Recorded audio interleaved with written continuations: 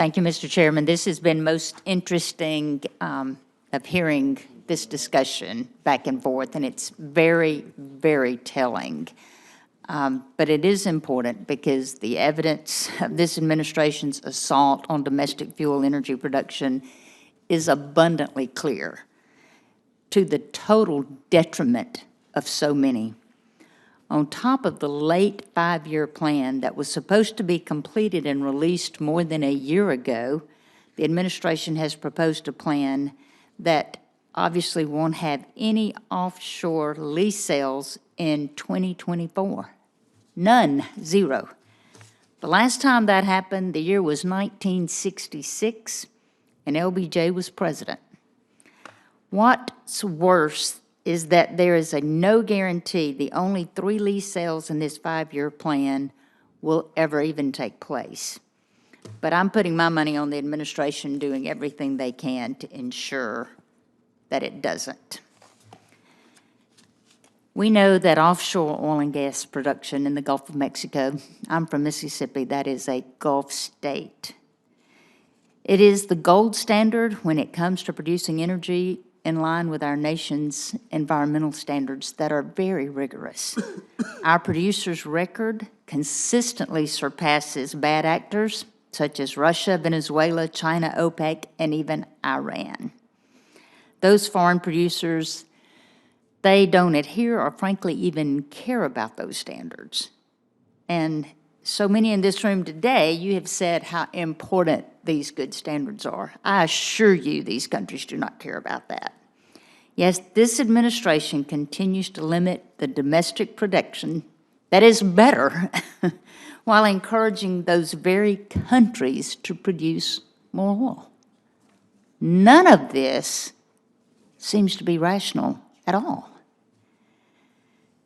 I have a 2-part question, and it's to you, Ms. Klein. In this 5-year leasing plan, how does a drawdown of offshore leases to the lowest OCS lease sales in history not embolden our adversaries when it comes to energy dominance?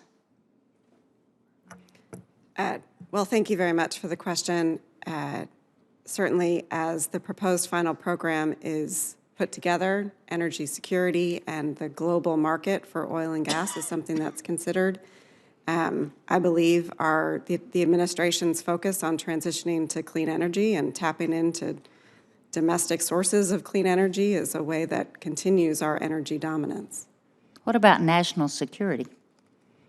Well, thank you again. National security is something that is also considered throughout the process in putting together the proposed final program. The transition to cleaner energy sources here at home is something that we believe helps facilitate energy security, and the proposed final program and the direction in the Inflation Reduction Act certainly led to the Secretary proposing the minimum number of sales needed to continue to expand the offshore wind program. Do you think this country is safer because of that? In their tallies, that the total number of votes cast is 429. Thank you for the question. I don't believe that the proposed final program has made this country any less safe. You truly do not believe that. What's the administration's rationale for not utilizing the Gulf of Mexico to its fullest potential to combat the threat of the United States again becoming dependent on hostile nations for energy? What's your rationale for that? Well, thank you for the question. The documents and all of the analytics provided in the proposed final program, I think, go into some detail about the role that Gulf of Mexico oil plays in the global energy markets. The Secretary, based on all of the factors that she's required to consider, including impacts to the environment and the administration's goal to hit net zero pathways by 2035, as a result of all of that work, concluded that the 3 lease sales best meet our energy needs for the next 5 years. It meets our energy needs, but does it make us safe? Congress enacted the Outer Continental Shelf Lands Act primarily to facilitate the federal government's leasing of its offshore mineral resources and energy resources. In this law, Congress expressly stated that offshore resources should be made available for expeditious and orderly development.